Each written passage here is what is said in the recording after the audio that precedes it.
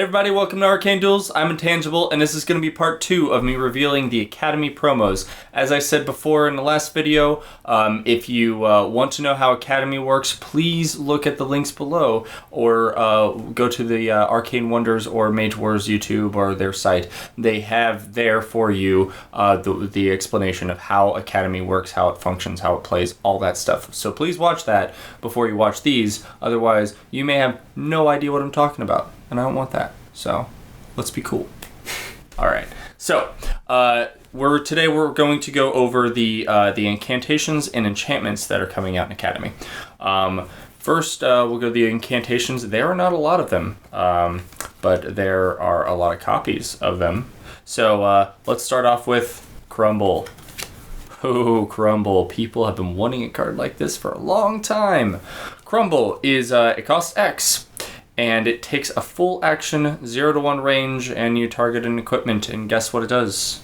It breaks the equipment, much like a dissolve. The difference is that it does take a full action, and after you cast the spell, you gain 2 mana. So, the effect of the spell is gain 2 mana, which is awesome because it's cheaper even though it's costing a full action. The difference there is that you're not going to gain the mana until after you cast a spell. So if you are actually 2 mana short of being able to destroy that equipment, you're not going to be able to cast this. But if you do have the mana, then you're going to get it back, and that gives you 2 more mana to do a quick cast with in Academy or Arena.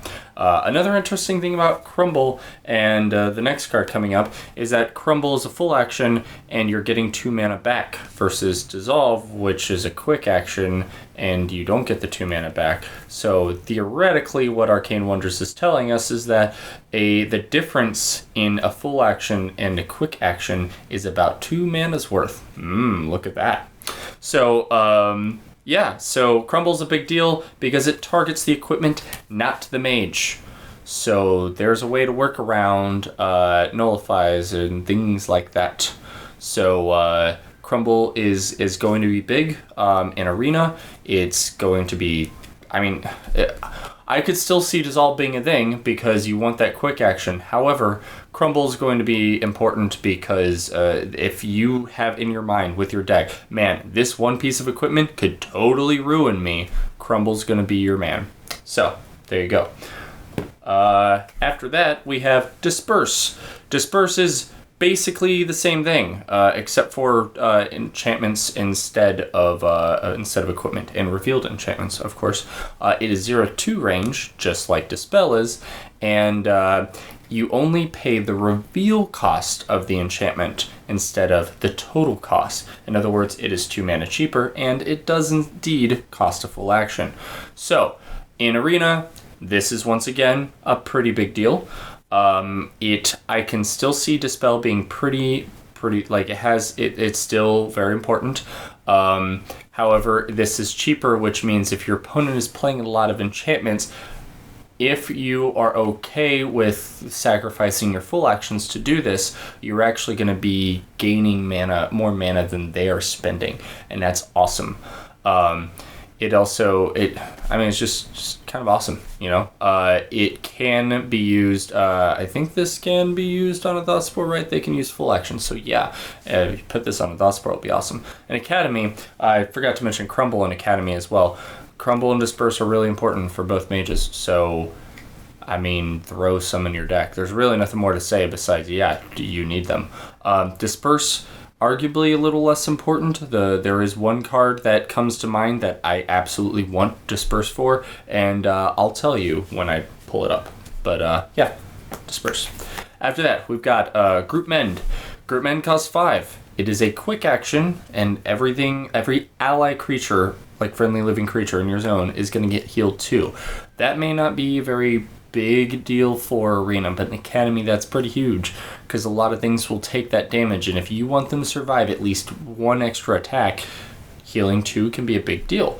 On top of that, because Academy is more geared toward guarding, a lot of creatures guard on your zone, and then you follow it up with Group Mend and heal them all, and that's very effective. Group Mend is a great card to have in Academy, and it is a quick action, which is pretty awesome. It does cost 5, and you only channel 7 with both mages, so in that case, Group Mend is going to be it's going to be important that you can use that as your quick action, and then you'll use your full action. I don't know, maybe to punch, whatever you do. So, Group Mend, pretty awesome. In Arena,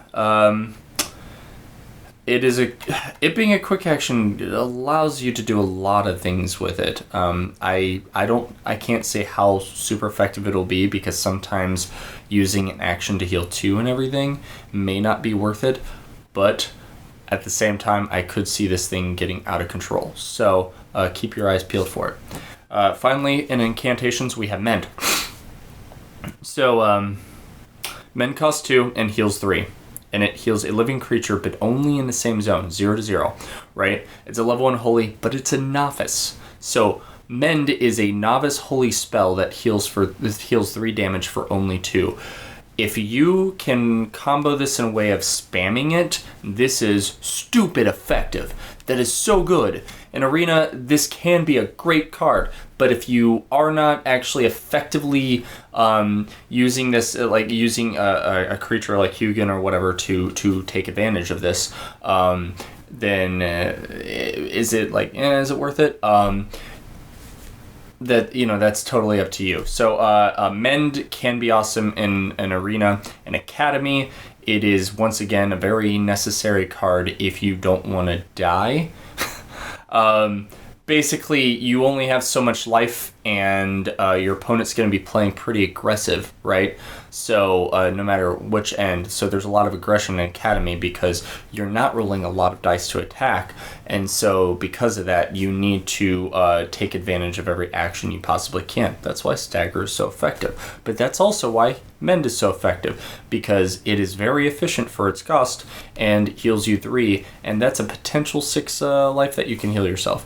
Or 0, depending on how the dice roll. So Mend, I would throw at least 1 in your Academy deck, because it can end up saving your life if you come down to the clench. So there's our incantations. Next up, we have our enchantments. There's a lot more of these, so I'm going to get through them a little bit quicker. We have a Curos Game. A Curos Game costs 2 and 3, but when you reveal it, you do get 2 mana back. So kind of interesting. Means it basically reads, you need 5 mana in order to cast and reveal this. However, once you do that, it's really only going to cost you 3. Pretty much the same idea of Disperse or Dissolve. So it's an enchantment that targets a zone 0 to 2 range or 0 to 2 spaces away. During the upkeep phase, place a stagger condition on that creature with the highest casting cost in the zone. If there is a tie, roll the effect die to determine which creature is staggered. So in other words,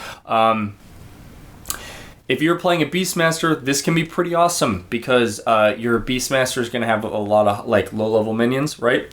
And the wizard might be running its bigger creatures, which I can't name yet because I haven't revealed them. So, meh. And you cast this the moment that your opponent has cast a bigger creature than you, and then you go, ha, and stagger them, every time, right? And so, even though most likely that big creature is not going to be a minor creature, and thus does not just completely get, stunned out of its actions, it's still going to be rolling 2 less dice, meaning it's much less likely to kill your smaller creatures. So, that being said, sounds awesome, but does limit you, and ultimately, is it worth the action? That is up to you to decide. In Academy, this can be awesome. In Arena, since it affects the zone and things move around a lot, and it's not a huge effect, I don't see it being very great. So, however, who knows? It does place a stagger on them, and so I think if they have something like a Hydra down, they would roll 2 less dice for each attack, if I'm not mistaken, and that would be pretty intense. So I guess you can use it to great effect if you're clever about it. So there's a Curos Game. Arcane Ward. Arcane Ward. All right, so it's an enchantment. Goes on you. Cost 2. It has a red reveal for 0. In other words, you must reveal this for free when something happens. What is that something? Well, whenever the object that has this cast on it is the target of an incantation or enchantment spell, you must reveal Arcane Ward, and guess what? It's countered. Downside is they are refunded the mana. Good side is they're not refunded the card. So, Arcane Ward is Nullify Light. It costs 2 less to reveal than Nullify, however, downside is you cannot cast it on your mage. Upside is non-mage object. non-mage object, creatures, conjurations, equipment. You know, basically, Arcane Ward can protect your things from... I mean, it could protect your equipment from being destroyed. Later on, if there's anything that just, like, screws a conjuration over, this could protect your conjuration. This has a lot of possibilities. And I've been saving the best part for last. You're all gonna love this. It's Novice. It's a Novice arcane spell. All mages who cast magic now have Novice arcane spells. Yeah. It's awesome. Arcane Ward is oh man. I mean, it's not gonna replace Nullify because it can't target your mage. And that's a big deal. That right there alone means that it's not going to replace it. Otherwise, it kind of reads similar to Jinx, except for it does destroy the card, but reveals is very similar to Nullify, but they get their mana back. It's a nice little in between of those two cards. But Arcane Ward it's great in Academy. If you don't want your creatures if you don't want things happening to them that I'm going to reveal shortly,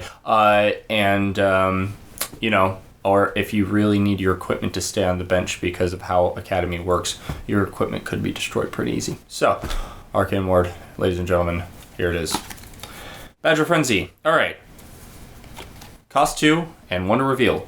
It goes on a minor living animal creature, so only for the Beastmaster. Sorry, wizard. I guess unless he's running an animal. Next time this creature makes a quick melee attack, the attack gains double strike. So, we all know that double strike doesn't get the melee bonus, so even if you buff this creature to the gills, he's not going to get that melee bonus. But Badger Strike double strike can be pretty useful, because sometimes a creature just has a few more hit points. And for three dice here, or for 3 mana, if you have a certain creature that rolls like 3 dice of damage, that can be pretty good. There may be creatures out there that are like that. We'll find out soon enough. So Badger Frenzy, pretty useful. In Arena, I'm not really sure. I'll go ahead and talk about this now. Cards like this, these nature enchantments that affect your minor creatures. This makes a whole new type of deck possible, and so watch out for those. Like I'm gonna watch the forums. I expect a lot of these level 1 or level 2 builds to come out where they're like, I don't know, I'll just run a bunch of wolves and then cast Badger Frenzy on it because for 3 mana I'm getting to roll an extra 4 dice of damage. Ah, man, that's really good. I just realized that. So. There's going to be a lot of builds like that. They're going to take advantage of this stuff, of minor creatures that are going to get these buffs. So, surprise me. Let me see what you come up with. Divine Reversal. Living creature, 2 and 1 mandatory reveal. It is a holy enchantment, and when this creature is attacked, you must reveal Divine Reversal. Prevent up to 2 damage, meaning it's already been rolled, the damage has been rolled. You prevent up to 2 damage from that attack, and then after that, heal that creature 2 damage. So, for 3 mana, you're basically preventing / gaining 4 health out of this deal. However, downside is if they didn't do 2 damage to you for some reason, I guess that's really not downside, but if they didn't do 2 damage, then you're not going to gain that. If they only do 1 damage to you, then you only prevent 1 damage, and it says you heal up to 2 damage from that, or after that, heal this creature 2 damage. Never mind. So, you could prevent 1 damage and then heal 2. It's pretty cool. Other downside is it has a mandatory reveal, so if your opponent plays around that, this can be good in saving your life in Academy. Actually, now looking at that, I could see this as a major tempo card.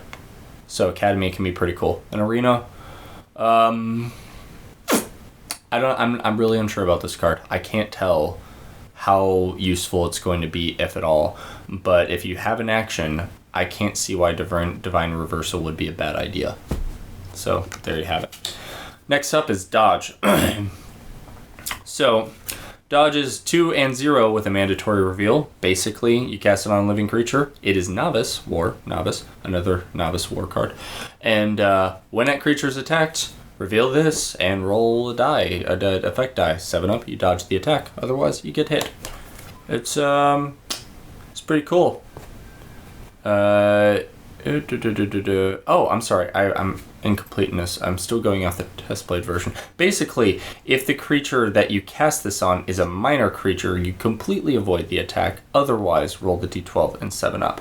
So, it just says when you're attacked. So, like anything. If in an arena you get attacked by a boulder, it's like, yeah, right?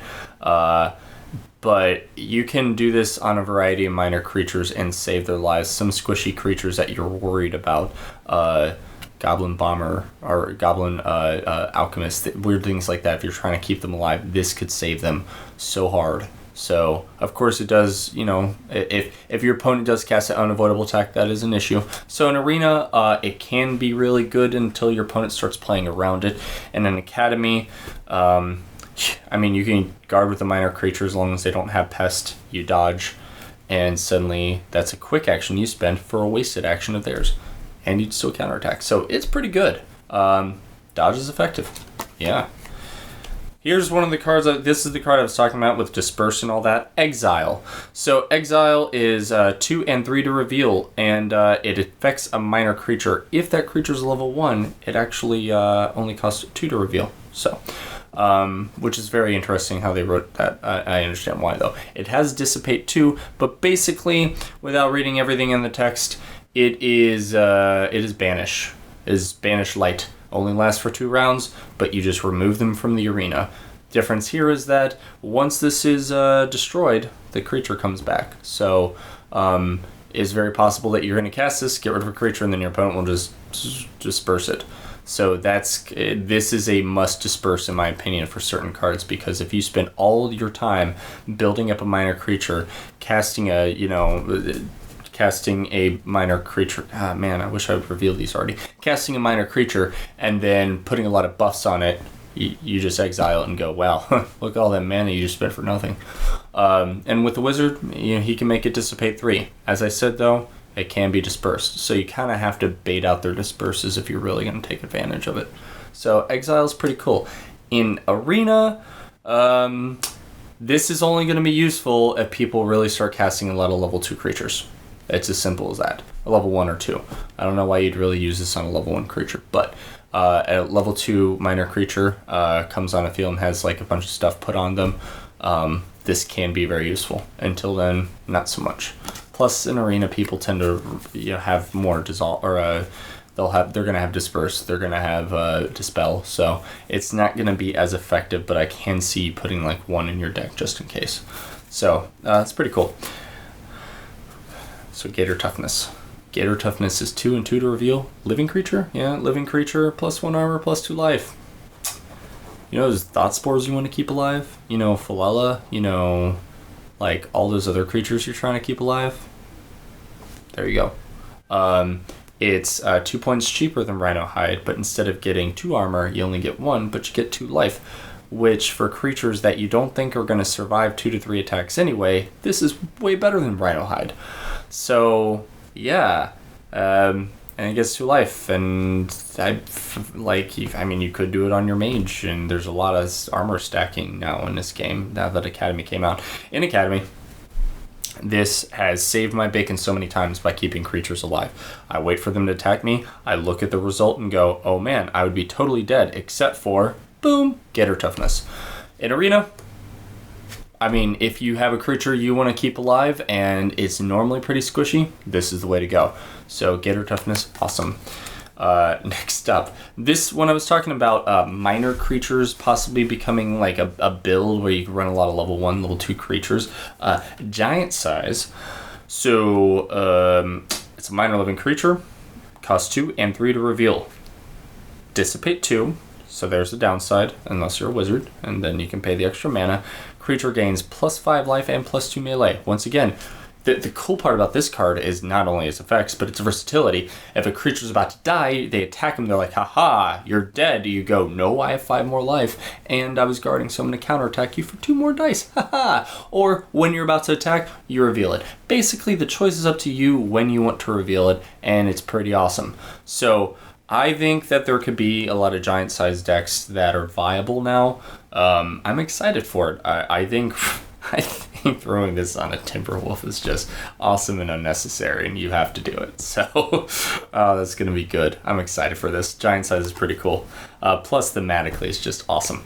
Next up is Hoodwink. All right, so let me talk about this card. It is 2 and 0 to reveal, and you cast it to a non-mage object. All right, so here's how it works. It is wizard only and epic. So, like, for something so cheap, why would this be epic? And here's why. When this object is the target of an enemy-controlled spell, any spell, or attack, you may reveal Hoodwink. Gain 3 mana, it only costs 2, gain 3 mana, and then destroy Hoodwink. If Hoodwink is destroyed, even if hidden, you may place it back in your spellbook. Now, you're probably thinking to yourself, man, if that wizard just has all these actions, he could just use Hoodwink all the time and basically cast Decoy, except for he's gaining mana this way. He basically gives himself channeling +1 at the cost of a quick action. But not exactly, because here's how it's how it's worded, it's how it's written. If it is the target of a spell or an attack, you may reveal Hoodwink, gain 3 mana, and then destroy Hoodwink. But if Hoodwink is destroyed, even if hidden, you may place it back in your book. In other words, you can't just reveal this whenever you want. I mean, you can, but you're not. It only gets destroyed and gets the 3 mana back if you reveal it when you're the target of an attack or a spell. So if you're like, all right, I'll cast this creature and just keep doing Hoodwink on it and reveal it for 0 and gain 3 mana and whatever. No, that's not how that works. You're just going to reveal it and your opponent's going to look at you stupid because you have a revealed Hoodwink that isn't getting destroyed and gaining the mana back. Unless for some reason you feel like dispelling your own Hoodwink. But then if you do that, the fun part is, if this is seeking dispelled, yeah, it's going to go back in your spellbook, but you're not going to get the 3 mana. So in that way, this totally does not obviate a Decoy. It's pretty cool. It's a contingency. It's nice to have. And its name, Hoodwink, is basically a ah-ha-ha moment. So, boom. There you go. Hoodwink. Iguana regrowth. Alright, so this guy is going to cost 2 and X to reveal. You target a living creature.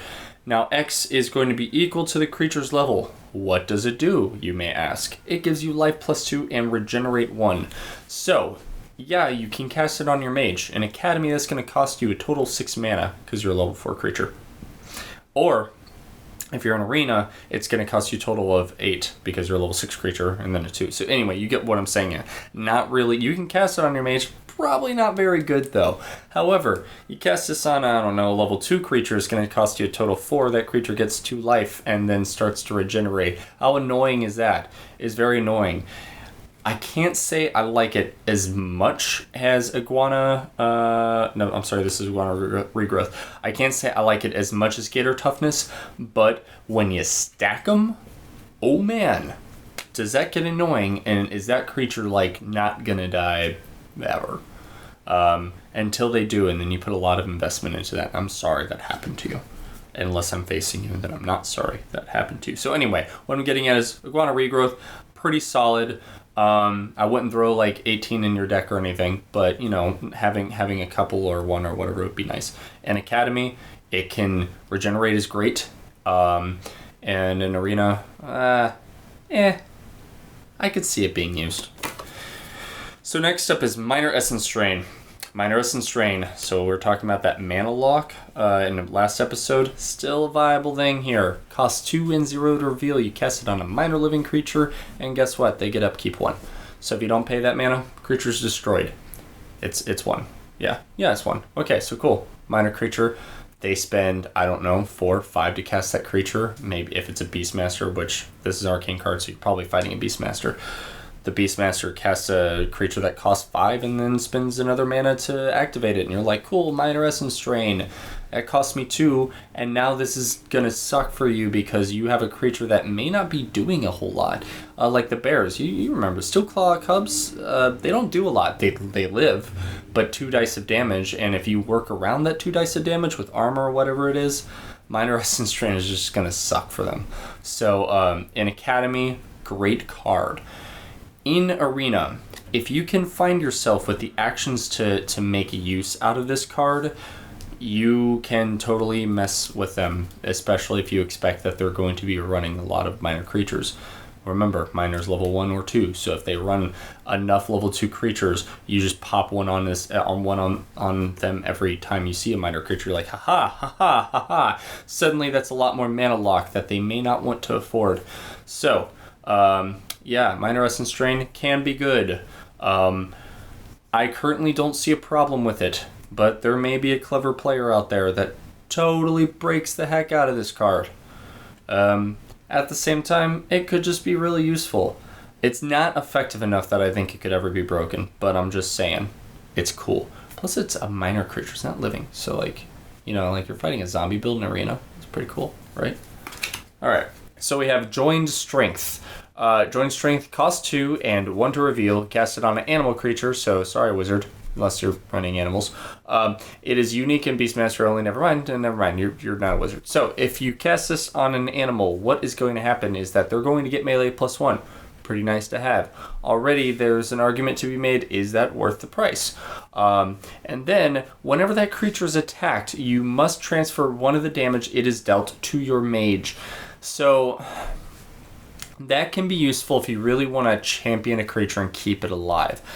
However, it could kill your mage, which is the point of the game. So, in Academy, when you have only so much life, if you're going to run this, you're saying basically that you're going to go aggressive, that you want the melee +1 and that you want to keep this creature alive so you can beat your other opponent, because if you try to hold out, they're just going to keep attacking the creature and dealing damage to you. So unless you're prepared to run a lot of healing, it's not really going to do you any good. It's actually going to be more detrimental than it will be helpful. However, at the same time, when the creature is destroyed, you may pay 1 mana and move it over to a new target, and it stays revealed. So that's actually pretty nice. And overall, I would say yes, worth the price. But do not run this if you think you're fighting a swarm build, because otherwise they will use this as a way to just murder your mage. So, yeah, I mean, basically there you have it. If this was Beastmaster versus Beastmaster, then this would be a bad card. But it's Beastmaster versus Wizard, and he's not going to run as many creatures as you, so this could be good. In Arena, there's not many swarms, but there could be more aggressive swarm builds once this comes out, so this card's kind of up in the air. And I'm just going to throw it on the floor because that's apparently how I feel about it.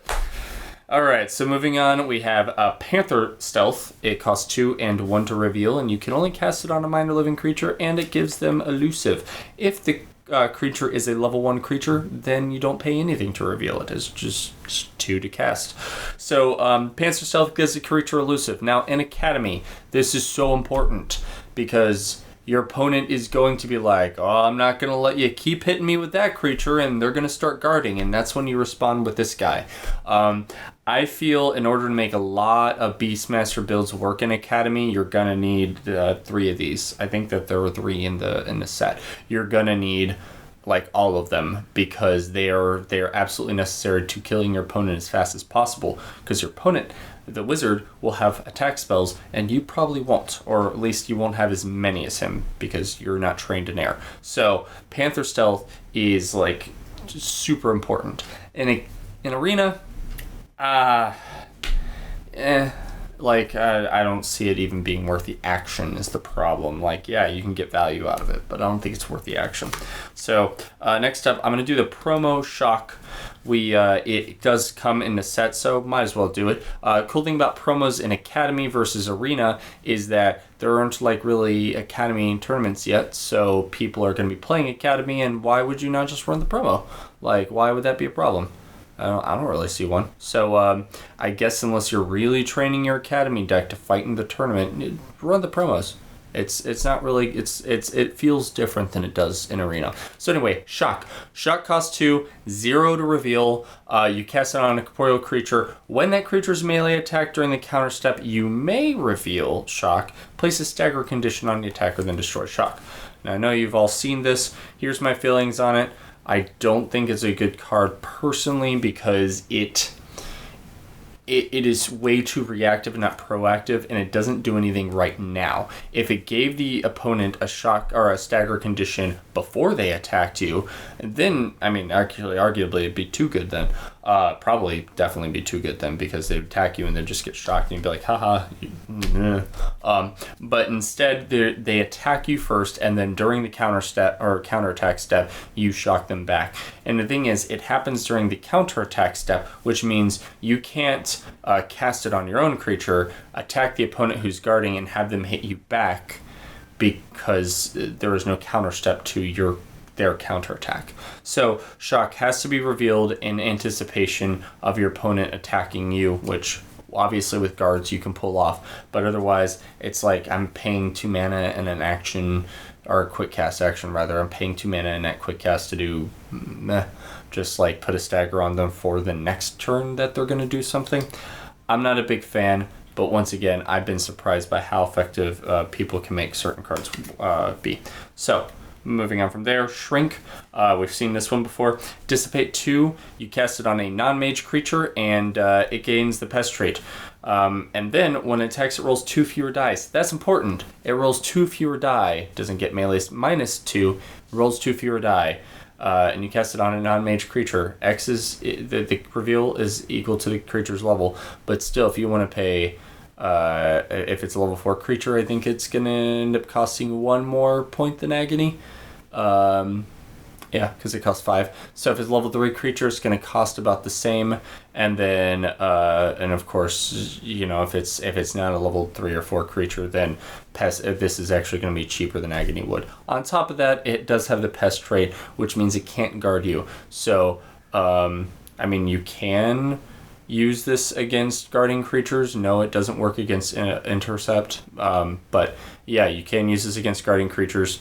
It can ruin creatures with multi-attacks, so in Arena, I can actually see this being pretty awesome. It does have Dissipate too, so it's only going to help you for a little bit. And Academy, it's just nice to have. It can, like, your opponent casts something and they're like, aha, I'm going to get you next turn, and you're like, no, you're not going to do anything for 2 turns. Or 3, if you feel like using your mage's or your wizard's ability. Moving on from there, Tangleroot. Tangleroot, originally I didn't think was great, and then after a while I was like, no, this card's awesome. 2 and 2 to reveal, Dissipate 3. For the amount of Dissipate tokens on this enchantment, that creature is going to get that much minus melee.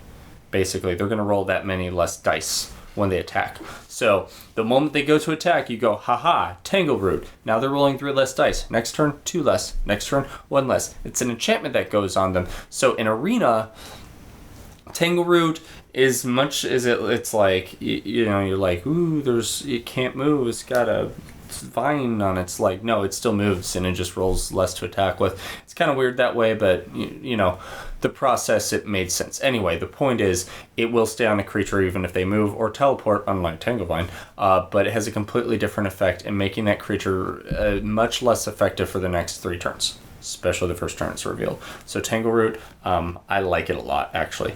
Finally is Wolf Fury. So Wolf Fury is the bee's knees. This is maybe my favorite enchantment. I'm not sure. Wolf Fury. It's 2 and 2 to reveal. It is a living creature only. It gains, the creature that this is on gains melee 1 and piercing 1. And if it's a level 1 creature, it only costs 1 to reveal instead of 2. So melee 1, piercing 1 for 4, or bear strength for 5. Or, you know, even better, both. So you want to go aggressive, you've got more options in Arena. You can cheetah speed, and then this, and then bear strength, and then lion savagery, and then a Curos favor, and then watch as you ruin one thing's day really hard every turn. Wolf Fury is great in Arena, and in Academy it is like a must-have, I feel. I seriously might run as many as there are in the pack in every Beastmaster deck I run, because it's just that good. So, that's the enchantments and incantations. And yeah, so that's this episode. I'll see you next time, where I will finally go over just the creatures, because there's a lot of them. And then I'll dish out some awards cards that I really liked. And yeah, that's about it. I'll see you guys next time.